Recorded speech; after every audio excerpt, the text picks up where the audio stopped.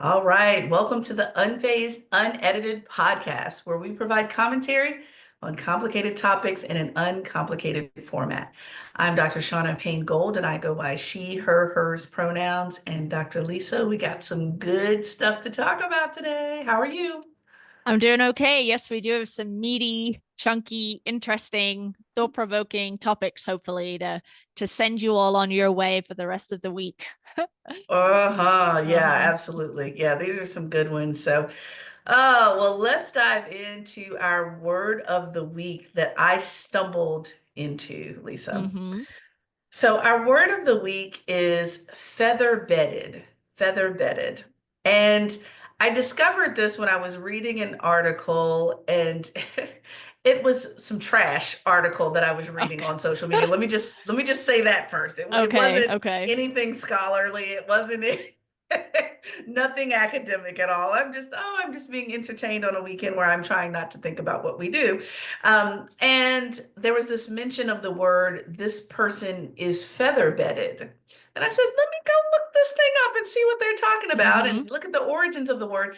It actually has Persian orientation, and it means a person with no hardships, and the person can't ever really understand the underprivileged feelings and pain.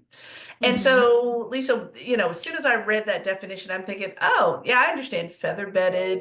They're living what we would now call Okay. the soft life. I know that probably Yep. wasn't a term when this term was created, but there's this soft life that I would add escapes any form of empathy whatsoever. Like it's just not Mm-hmm. empathetic, um, cannot, and possibly even bears the posture of not even being willing to try to understand Mm-hmm. anyone's feelings and lived experiences and the pain that may come with that. And so I thought that was important because, of course, I think fully, and I'm sure that you would agree, that this applies to the current president of the United States and many that Yep. surround him. Yep. But I'm still percolating on the lack of empathy so many in our country have at the moment. I'm even looking at how other countries treat Americans with more empathy than we treat each other with. And so I'm Mm-hmm. just kind of percolating on that. But Lisa, if you're like me, you'd never heard this term, but I'm glad that I can add this to my glossary of terms to pull up because there's never enough language or time to describe these folks that just seem to have no empathy, concern, care, consideration for anyone other than Mm-hmm. themselves. Mm-hmm. Yeah, it made me think of the Princess and the Pea or whatever that story is, where she ends up having Ooh, to be on like 15 mattresses because she could feel the pee, and that in yes. some way, shape, or form like said a lot about her character, that she couldn't sleep on a single mattress with a pee underneath it. That's what it made me think Hmm. about. um That is so so good. Yes, yeah, yes. I definitely like the addition of that to my vocabulary, so I will use it for Hmm. sure. Absolutely, absolutely. All right, well, let's dive into phase one. All right, so Dr. Lisa, I know we may have glossed over it a little bit. I can't remember how much we delved into this previously, but I know how much I was personally infuriated Uh-huh. by Gayle King, her cronies that called themselves quote unquote astronauts Yeah. for Yeah. taking this rocket launcher for what, 15 minutes up and back. And so I've just been chronically irritated by Gayle Mm, King for the last few months now, right? And so I happened upon her Instagram page, and I wasn't looking for her in particular. I was looking for a book that I knew that she had covered on her show. I was looking for the book and I said, okay, well, Gayle has to have it here somewhere on her page. Let me go find the okay. book. And so I was going to look for the book. And of course, this is how social media works, y'all. It is set up to distract us. I'm sitting here now having never found the freaking book title, but I'm giving you a whole phase on Gayle King. And Amazing. Amazing. yeah, and the irritation I felt with one of the photos where Gayle, Oprah, and Kris Jenner were modeling this Roberto Cavalli caftans that Chris had given them. And I felt like, not that there needed to be a straw that broke the camel's back, but it does seem like cumulative, ill-timed opulence that Gayle has now been a part of. So, even just going back within this year, the rocket launch irritated the hell out of me, Lisa, just Mm-hmm. flat Mm-hmm. out. Then there are lots of photos of Gayle and Oprah at Jeff Bezos' wedding in Spain, which was Ah. extremely lavish, right? Then also when uh, Pope Leo was performing his first mass, they were there at that mass and admittedly saying, "Look, we're not even Catholic, but we got front row seats." It just seems to be moment after moment after moment of, yes, living this big, audacious, opulent life and no balance with what's going on with your fellow countrymen as Americans. And I'm just finding that irritating at the moment. And it really sniffs of kind of let them eat cake type moments where it's Mm-hmm. I'm torn because on one hand, Lisa, I've talked about this time and time again that I am part of that 92% that, hey, I voted, I did the collective right thing that should have benefited lots of people, others didn't. And so now I'm kind of hands off with dealing with a lot of things, and Mm-hmm. just trying to enjoy the life that I have access to. They're doing the same thing on a completely different level with millions and billions, but we're not seeing any display of concern for others. And I don't even know what I'm looking for here other than some type of, I can't even say balance. Because when it comes to Kris Jenner, I've never seen any balance. So forget I even mentioned her other than the relevance of her buying the caftans. But when it comes to Gayle and Oprah, I'm thinking to myself, you all have very particular backgrounds, and you Right. are at some point in your life, you have been closer to the disenfranchised than the lavish.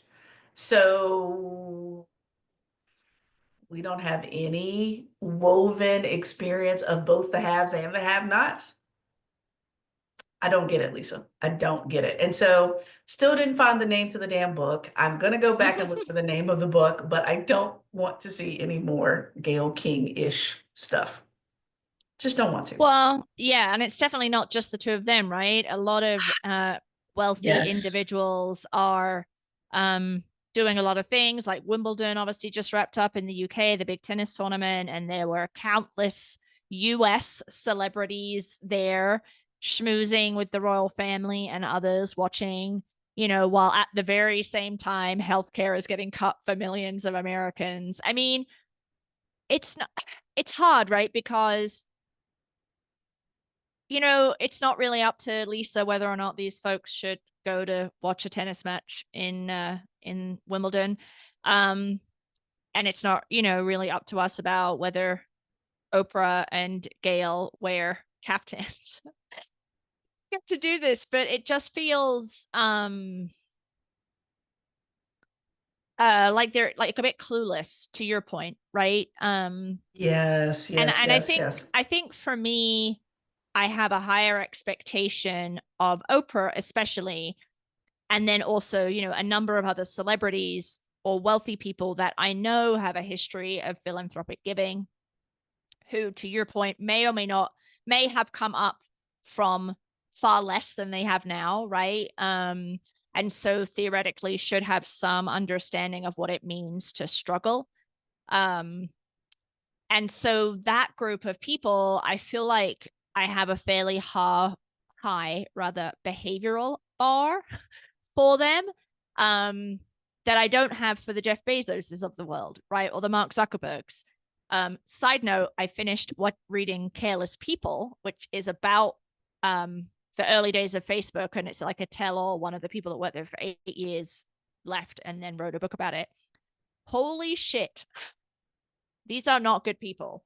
but well, hence the title, they're careless people, right? Oh, wow. Yeah. So for people like that, I don't really have this expectation of awareness or concern or even, a momentary thought to what does it mean if I post this on Instagram when, there's so many people struggling right now.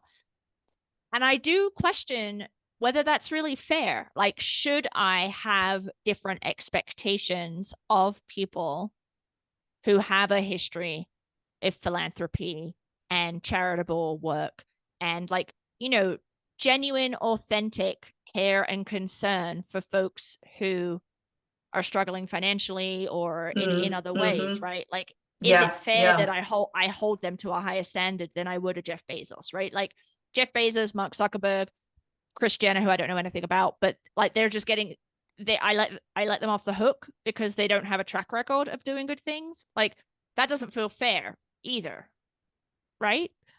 What do you think about that? Well, see, I think I'm saying the same thing in a different way. I think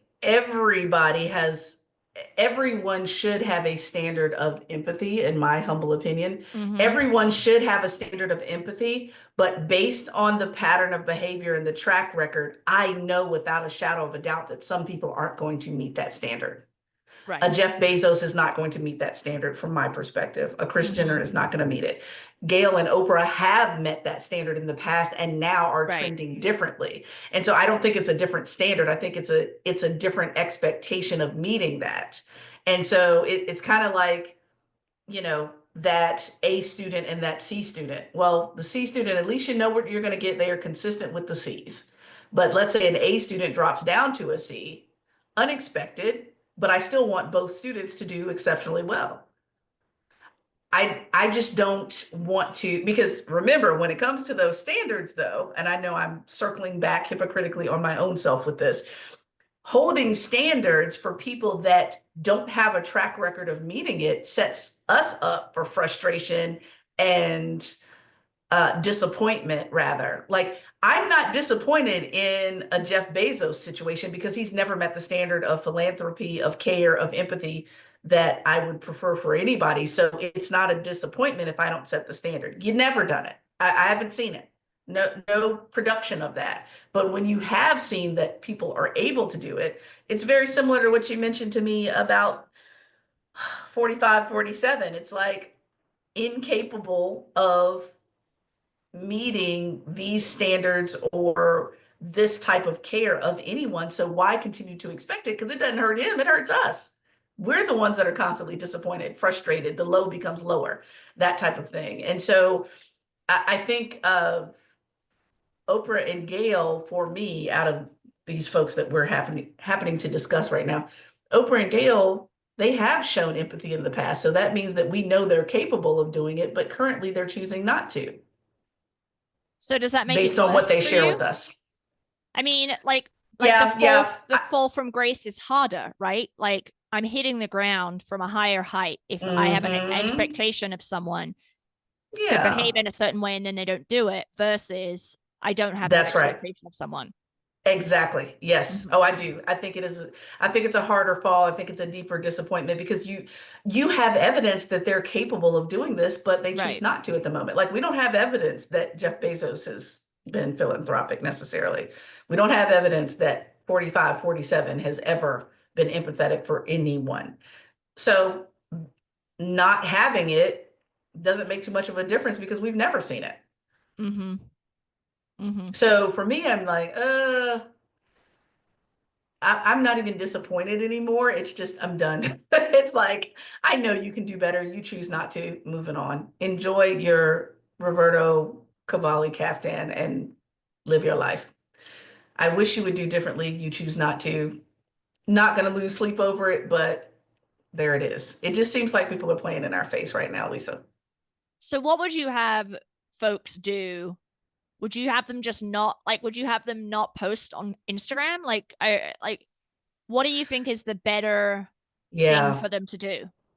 Well, see, that's where my conundrum comes in because I'm like, they have a right to do what they want to do. They have a Right. right to, because, of course, as we know, most times birds of a feather do flock together with many things. So, it's it kind of reminds me with the Dion conversation where people were all upset about him having celebrities and so forth on the, on the field and so forth. Well, other coaches have their friends on the field too. His friends just happen to be famous and wealthy and what have you. And so Oprah and Gayle's friends happen to have money and of a certain Mm-hmm. status, etc. My concern is that there isn't like how can I say, a mixture, right? Like if I go on Gayle King's social media right now, it's post after post after post after post after post of opulence, of travel, and it's not all related to her job. Now I realize there's some posts that are related to her job. I get that, Mm-hmm. but I mean post after post after post. And so I'm just like, okay, where is the altruism for anybody at this point? Like, Mm-hmm. where's the altruism?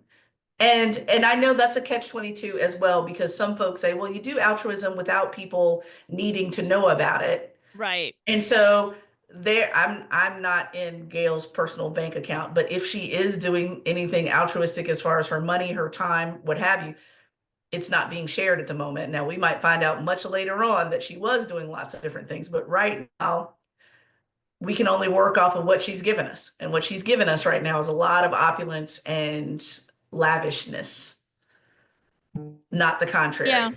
And even with Yeah. Oprah, more lavish than philanthropic or altruistic. I mean, when the Maui fires happened, she was doing a lot of posting about philanthropic efforts that she was Mm-hmm. spearheading and taking part of. But I'm like, come on, Gayle, I'm tired. Okay, the whole rocket launch just tipped me over the edge. Yeah. Just Yeah, over that the was edge. irritating.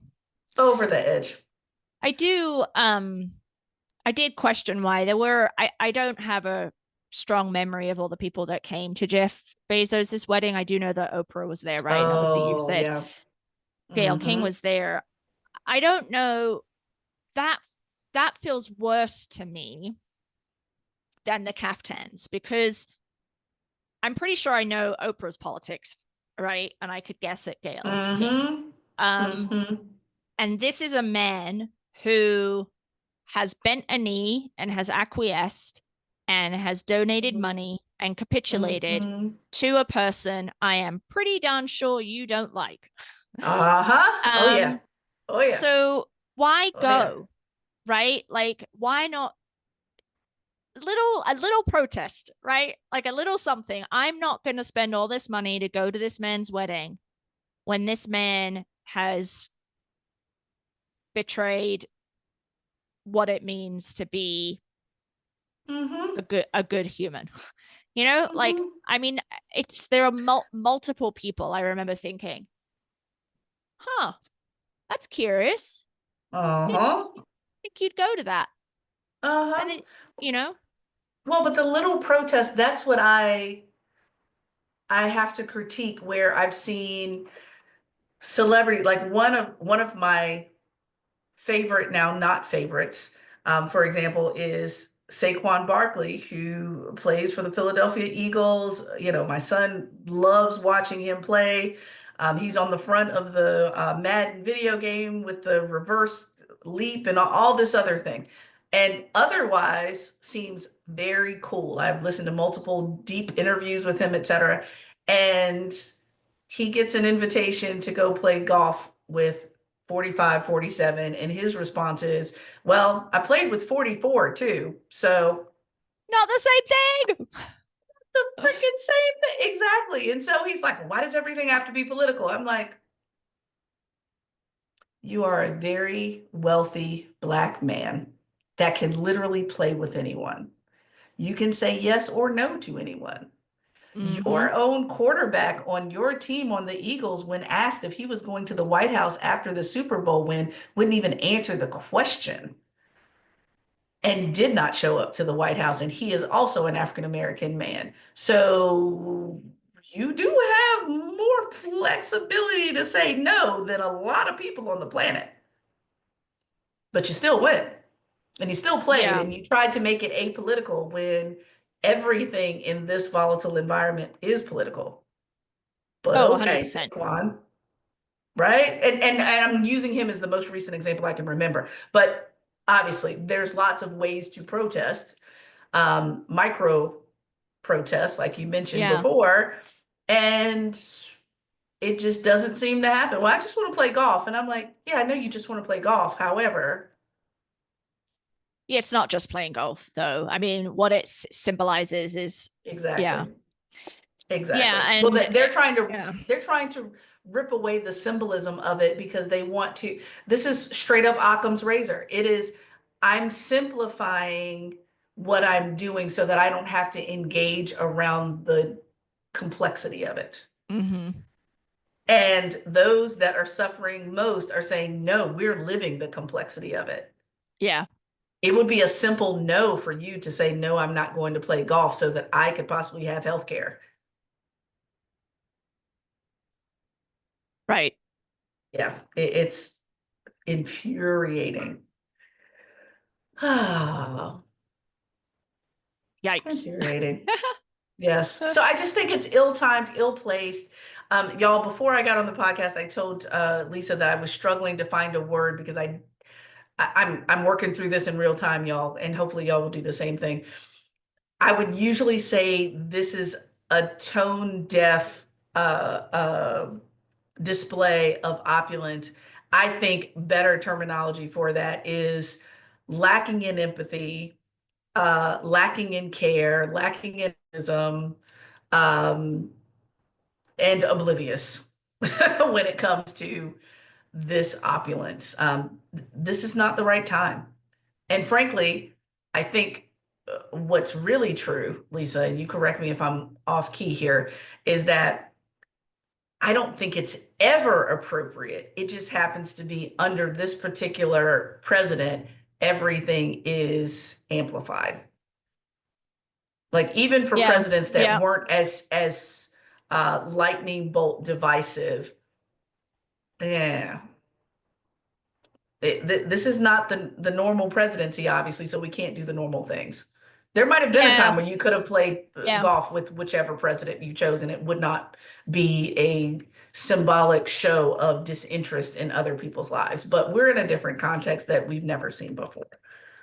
yeah. I mean, it's not normal, and treating it as such is highly troublesome, right? Because Hmm. you're complicit and contributing to normalizing something that is categorically abnormal, and that's a problem. Yeah, Hmm.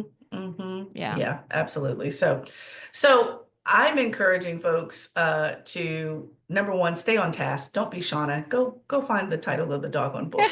That's what started all this. So be on task, number one. But number two, as we pay attention, now I want to turn it to the introspective piece, Lisa. Let's all do this. Let's all think about Mm-hmm. what we are sharing, exemplifying. Um, Mm-hmm. I've been on a couple of mini vacations myself, but I did my best not to post too much about it because frankly, I'm very concerned about the world. Yeah. I don't think it's relevant right now. I took those pictures from my own memories, not to Mm-hmm. show off to the world what I was experiencing. So I would just encourage us to be reflective and think about others' experiences. I'm not saying don't be happy. I'm not saying don't enjoy what you have access to, but what I am saying is can we chew gum and walk at the same time, Right. Lisa? Can we Right. enjoy what's in our realm of influence while also deeply caring about other people that have access to less and less and less as each day goes by in this Mm-hmm. presidency? Mm-hmm. I think that's a fair Yeah, ask. I agree. I agree. Yeah. All right. So let's wrap that up here and move into phase two. So, okay. So I read an opinion piece in the New York Times by the opinion writer John McWhorter. It's called "It's Time to Let Go of African American," and he is an African American, or he self-identifies as a Black American writer, and he is right of center, so he's a bit more conservative in his commentating.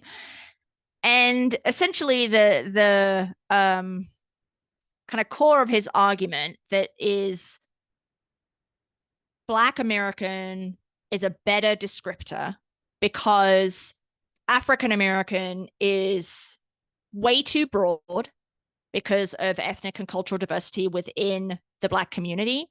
And African American is also so detached, kind of in a lineage sense, that, you know, people who are multiple generations removed from their African ancestry, that it is nonsensical to use the term African American when you're not African American, you're a Black American, you're an American, right? And he also makes the point that a white person who was born in and grew up in an African country, of which there are many, technically could use the term African American, right? And it reminded me of a time years and years and years ago, this must be like 20 years ago now, where I was at an event where there was a panel and there was a person who was describing an individual they encountered at a conference, and the individual was white South African, and this person had used the term African American as a white South African who was now living in the United States.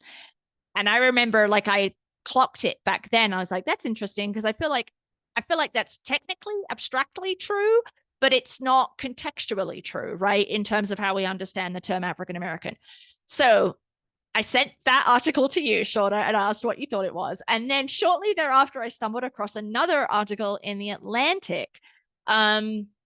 I guess Zoran Mamdani, who is the guy that won the Democratic primary for the New York mayor, he was born and grew up in Uganda. And years ago, he was applying to college, and at least on his Columbia application, he checked African American and Asian, I think, because you could check as many, and it's self-identification, right? And so stupid shit that surfaces, right? All under the guise to, like, destabilize this person, because, you know, shock horror, we would have a Muslim mayor of New York City, right? How awful would that be? So anyway, it's disingenuous and problematic, the fact that this came to surface. Anyway, another Black American writer, Thomas Chatterton Williams, also conservative, right? Basically used the example to demonstrate that it's worthless to have these identity categorizations and force people to choose boxes, because it can be easily manipulated, right? So John McWhorter didn't think it was a problem, because I think it came up in his piece that Zoran Mamdani chose African American, and I think this Thomas Chatterton Williams did think it was a problem.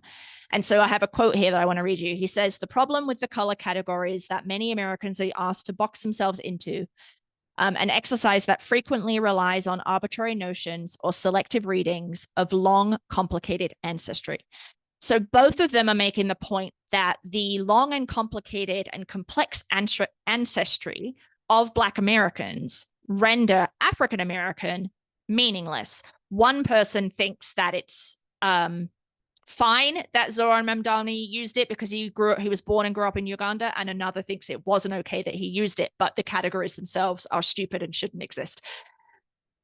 I'm paraphrasing when I say stupid and shouldn't exist, right? They didn't use that word. So anyway, I just thought it was interesting that I encountered these two articles accidentally back to back.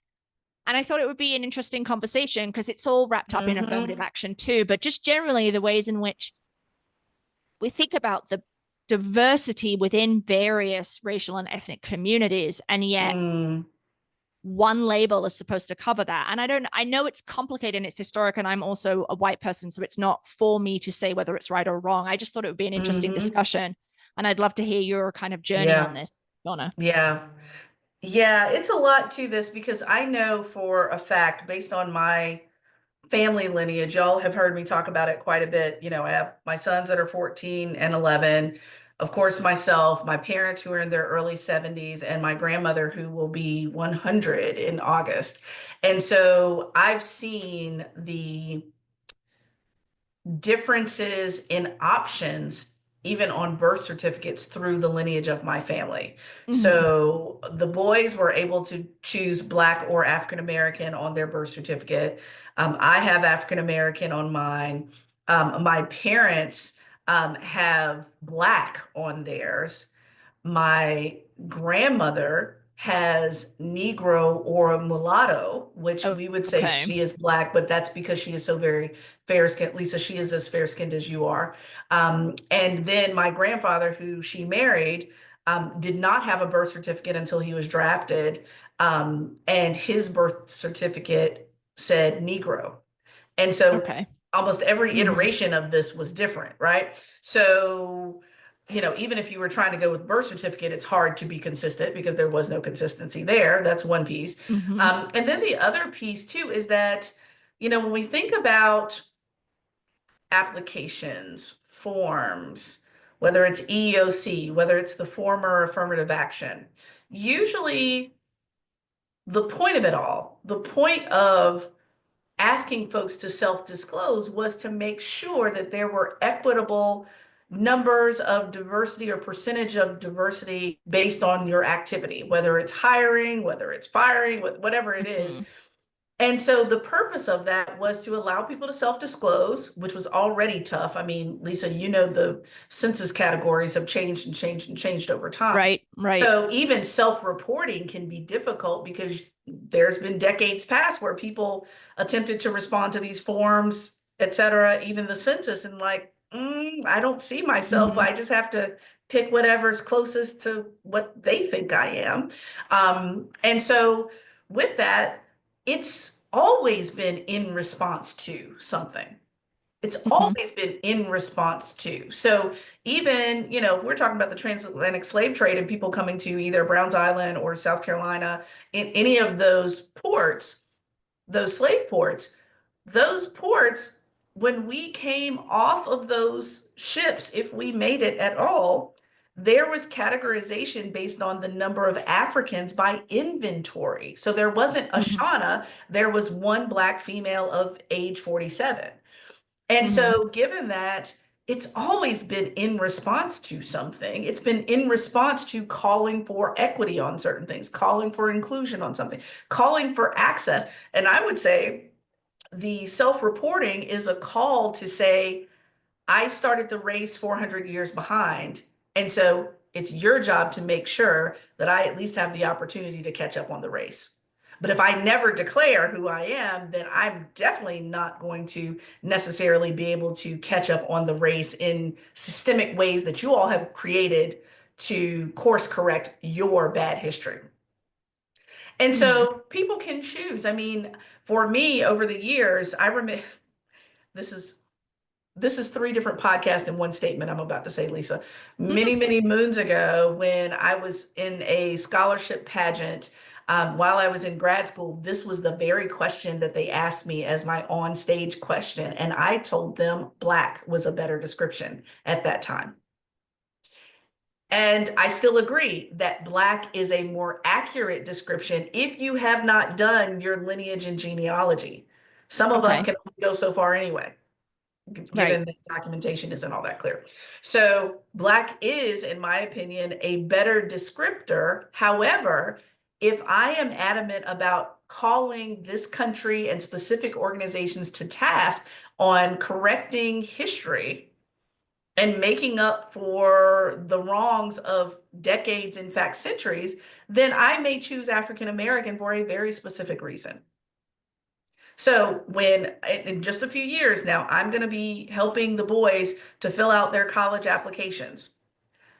If there are still opportunities to select what your race and your ethnicity are, we happen to be talking about race right now, but if there are options within those demographics, I want them to select all that accurately applies. Mm-hmm. Not because we have a family tree and a genealogy report out back, but because I'm holding colleges, universities, organizations, and anyone who has a conscience about American history to task for righting wrongs that affect my African American young male sons. Black is more accurate if you don't know your history, but who are we calling to task here? Because I feel like Black, from John McWhorter's perspective, doesn't hold the country's feet to the fire in the way that African American does. Yeah, maybe he doesn't really talk about that in the piece. But yeah, so for you, it's an intentional, it's not overly vague in that it encompasses people from Mm-hmm. all the many, many different African countries. It's a That's right. very specific pointer to my lineage is derives from or is bound up with Mm-hmm. people from Africa who were brought over here against their will, kidnapped and enslaved. And if I say black, you lose that lineage. So that's the Oh, intentionality I'm absolutely. hearing. Okay. Absolutely. And even with the example that you gave a little bit ago, because I've always thought about that example of, let's say it's a white South African who is African American, but by the language that we provide to them, if they had to choose, yeah, it Yeah. is accurate, even though it feels wonky, right? Right. But on the flip side of things, how do we, this is where we as formerly enslaved people never fit anything ever. There's never any situation that we Mm-hmm. fit because this country is very proud to ignore what was inflicted upon those that were kidnapped, brought to this country, and enslaved. It's one thing, which y'all know some of my background I've shared with y'all previously, but I've got some lineage that's Cote d'Ivoire and, more than one African country. But let's just say, I'm just going to go with one thing right now. Let's say that my lineage is Cote d'Ivoire, but I wasn't, I was an immigrant. I was not enslaved. My lineage did not connect with the transatlantic slave trade at all. Mm-hmm. I chose to come here and I am deemed African American versus what I really was, which is my lineage was kidnapped from Cote d'Ivoire. Those that survived made it here. And those that survived were enslaved for a period of time until we were freed. Those are two different identity groups. Mm-hmm. One group chose to be here and the other ones were kidnapped. So Yeah. how do you check that off on a census report? I mean, I think that's to me, the difference in language is I know they're naming Black versus African American, but really I want to call out a name that, you know, someone being Ghanaian American is quite different if they were not kidnapped and brought over here and enslaved and have that nasty sordid stain Mm-hmm. on their experience. And we need to name that if we're not interested in correcting wrongs or what have you, then we go with John McWhorter. If we are interested in that, then we go with other terminology.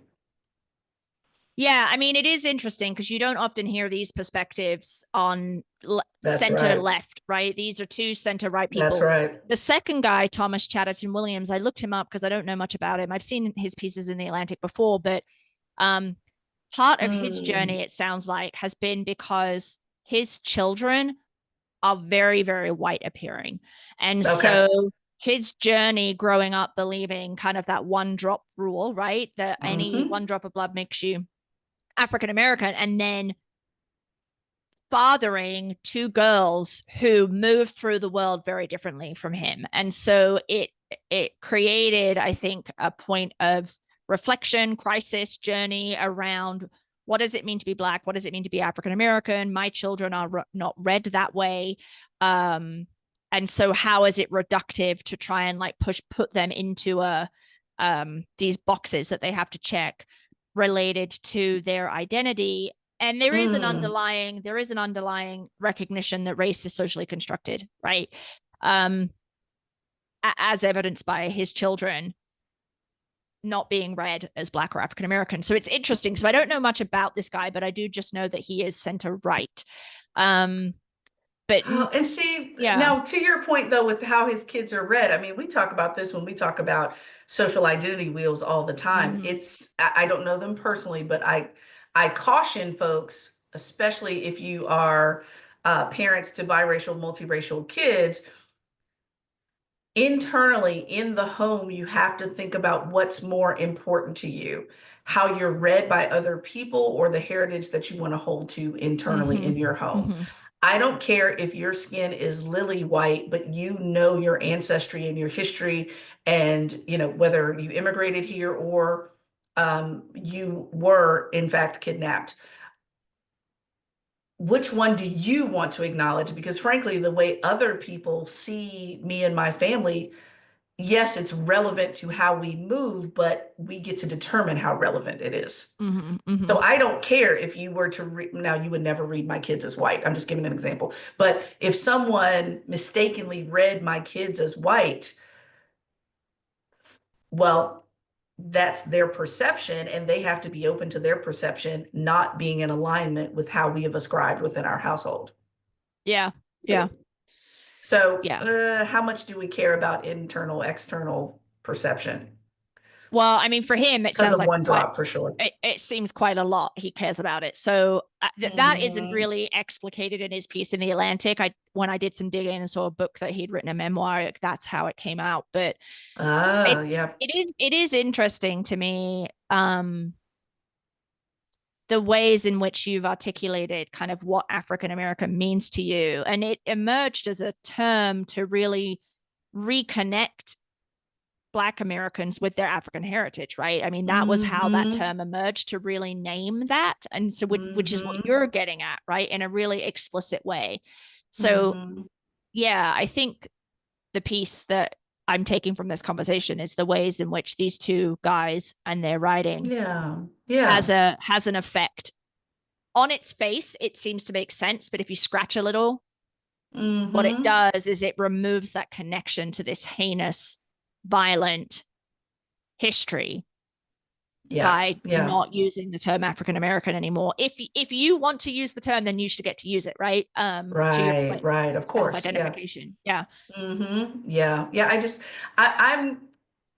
I'm not, so let me tell you something I discovered recently that I wasn't aware of after doing a little bit of digging and reading. So let's go with African American for now to make the conversation easier. African Americans, many of us, especially those that were kidnapped, we have last names or surnames for a couple different reasons. Either due to the slaveholder's name that we carried on, or due to our profession. So my last name may be Gold because my ancestors were gold miners, or they worked with gold or gold jewelry or what have you, Mm-hmm. or Tanner because I was a leather maker or what have you. Farmer, Okay. my grandparents' last name is actually Farmer, so they may have been farmers. And so with that, there's so much erasure, erasure, erasure. Like, how much Mm-hmm. filtering are we really wanting? And so, I don't want to make it seem like we're not part of community, because even if I selected African American for particular context, I don't want to be divorced from the diaspora. That's not what I'm saying, because Mm-hmm. I think Black speaks to the diaspora. I never want to be divorced from the diaspora, but I also want to hold the United Yeah. States of America and everything about it accountable for my experience. And Mm-hmm. so trying to do both. And so I've always been the person that toggled between the two, Yeah. depending on the context, because I don't want to be detached, but I also would love to see accountability as often as humanly Mm-hmm. possible. So I don't think it has to be all or nothing or either or, but I love that you brought this conversation up, because hopefully we as African Americans think more deeply about what language we choose, and choose Right. according to your household or your convictions, Mm-hmm. or not. So yeah, I think it's Yeah. super important. But All right. oh, Well, ooh, deep ones, that deep was a good one. ones. Yeah. Yeah. We'll link all of this Yeah. stuff in the show notes for folks. So if you want to go off down and read Yeah. those and rabbit holes, and maybe follow Hmm. Gayle King on Instagram. Or not, depending on how you feel about her. But Oh, yeah, yeah, yeah. let's So wrap I it up for this week. I will go get the book title. I promise I will, y'all. I'll stay focused. All right. So, but yeah, that's it for this week's podcast. Please remember to follow us on all of your social media and podcast apps at Unfazed Unedited, with brackets around that first un. Email us at info@unfazedpodcast.com, or visit our website, unfazedpodcast.com, where you can access our new and our old shows, because we're well over 200, y'all. Go back and dig into the crates. So if you like this week, please subscribe, leave a review, share with your friends, coworkers, or anyone in this phase of your life. So, Dr. Lisa, until next time. Until next time, see you soon.